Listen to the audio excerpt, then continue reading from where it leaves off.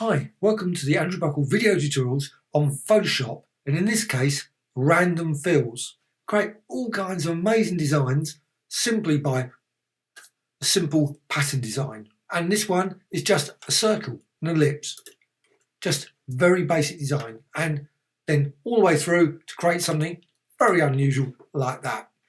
So how to do that? I'm just going to go back. I'm actually just going to quickly fill it with white. It's a simple thing, and you can start completely afresh. Now, just going to go to this document and undo, and all you have to do, just go over here to the ellipse tool. Now, this may be in a completely different position for you, because of customization in Photoshop, but I'm just going to go for the ellipse tool, go up here and select shape, make certain the fill, this is all in the top left, the fill is just select that one, so it's nil. There's nothing, or null. There's nothing in there. And set the stroke, click there to be grey. Just go down here to the grayscale, select one of those. I think it was probably that one I selected. Just select that, and now set the size. Now you obviously can vary it, make it 15 or 10, say 10. There's also other settings as well. Of course, you've got drop down, you can have dashes and all those sort of things to create far more complex design. So once you've done that, simply go over here, and now you'll notice this document is a lot smaller than the other document. Whenever I create a pattern, I normally create a fairly small pattern. Just that's the way I work. However, you can of course create 1000 by 1000, but this one's only 300 by 300. So simply add that circle, hold down shift if you want, make it circular. Don't have to have it circular, you can have it elliptical. Perfectly reasonable as well, and you could also distort it, you can modify it before you define it as a pattern. You could of course go to define pattern here, edit menu and define pattern, and then simply go back to it now and just resize it and define that as a pattern if you want a slightly different design or end result. Now go back to the original document. Once you've done that, what you can do, you can go to edit, and you can go to fill. Must admit, I always like to put it onto a layer. So before I do anything, I normally go to layer, a new layer, because then I can always remove it. So layer there. So it just creates a new layer. You can see that over here in layers. So it's window and layers. So I've got a completely fresh layer there. And we do edit and fill. So white, go for pattern. Now select the design you just created, that circle there. Custom pattern, that's the custom pattern. Obviously you've got all these other patterns. And the reason I created I should go back to the other document just to point out something that I didn't point out. Set the script to be random fill. Then click OK. And now go into this and you can see you've got all these circles. All there. Now the end result, when you generate this, clicking OK, may not look exactly the same. It does seem to be sometimes an issue with, you can change the density, make it, unfortunately you can't push it up to a really high value, just sets to like up to 10 max, which is reasonable, but there's still a lot of gaps. You can also modify the scale, so you can vary the scale, and also you can rotate. Obviously no point when it's a circle. And in color randomness, I put that up to the 0.96, you could put it up to 1, and brightness randomness as well. That's why I went for grey. Grey is great. If you go for black, not so much use, but grey, you can create a whole range of different nice colours here. Of course, you could make a red design, a red circle, and then you'd end up with maybe more red. So click OK.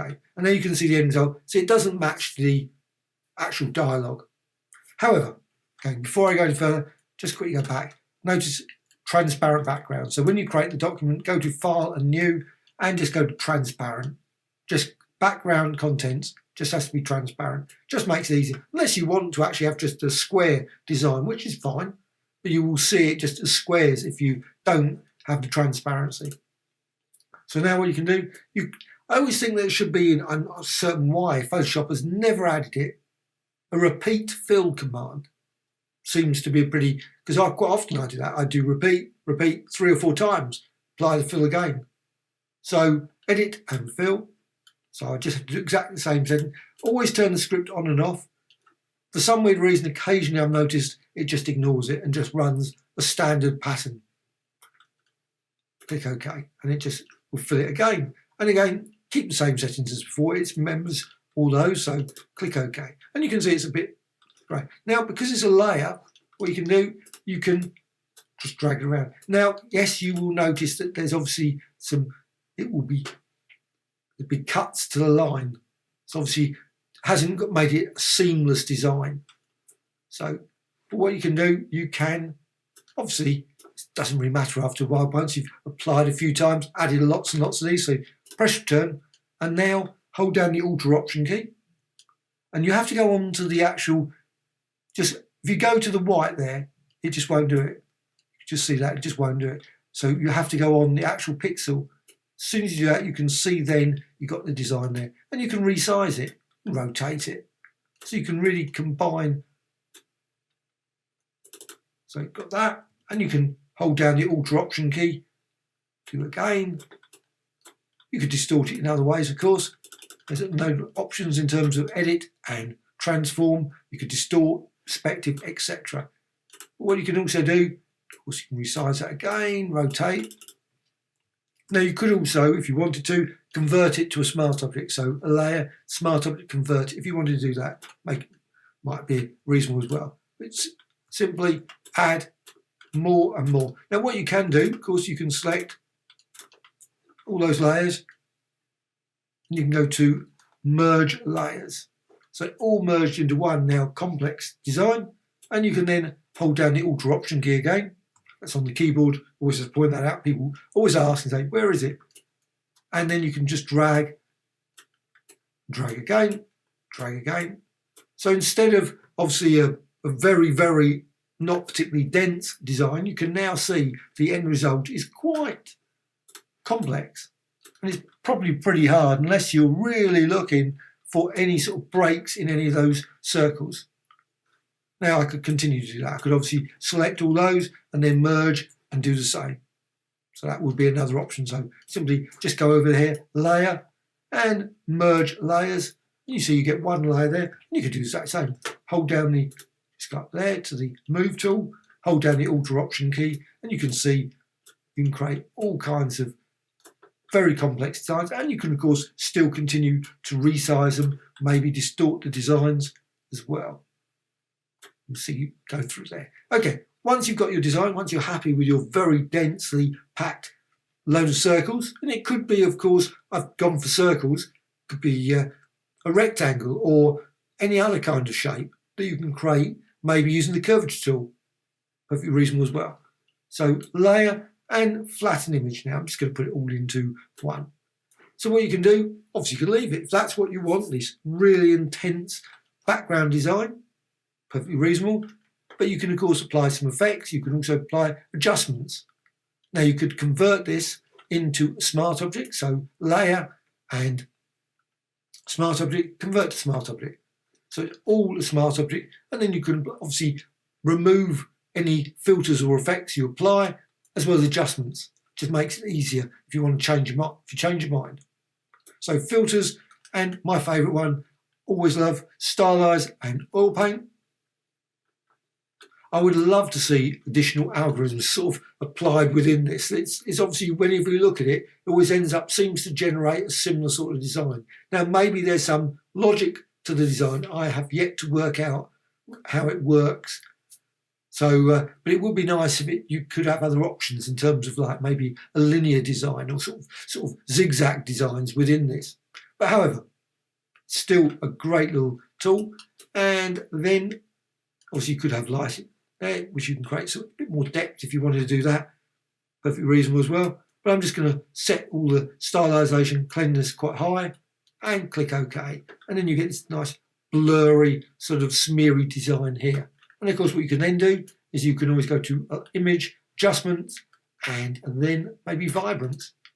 Just boost that up to create a very garish, colourful background design, which you may or may not want.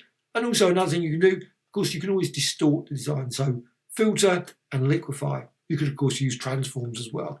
I'm just using over here to the forward warp tool. always love that one. 722, obviously a size, but you can vary the size. You can make it a very small brush or not. And then, of course, you can distort your design and create some very abstract sort of thing. You can also avoid the edges. So you've got these lovely colour streaks that you can, and of course, what you can do, you can combine, maybe apply it to a couple of layers and then combine them in different ways with different liquefiers. And of course, you can use some of these others as well. And once you're happy with it, click OK, and you can see your design there. So you've got their beautiful, colourful design, all from very basic, just that circle. That's it. That was the start point, and then all the way through to create, let's say, a fairly abstract design. Well, I hope you found this of interest. Always adding new tutorials about Photoshop, obviously Illustrator, Critter, Affinity Photo, Affinity Designer, and many, many others. Also, please subscribe to the Graphicxtras channel. Normally put a video on near enough every couple of days. Also, some comments, always appreciated, always great. Things I've done wrong, things I've done right, please let me know. Also a dislike or like. Thank you much.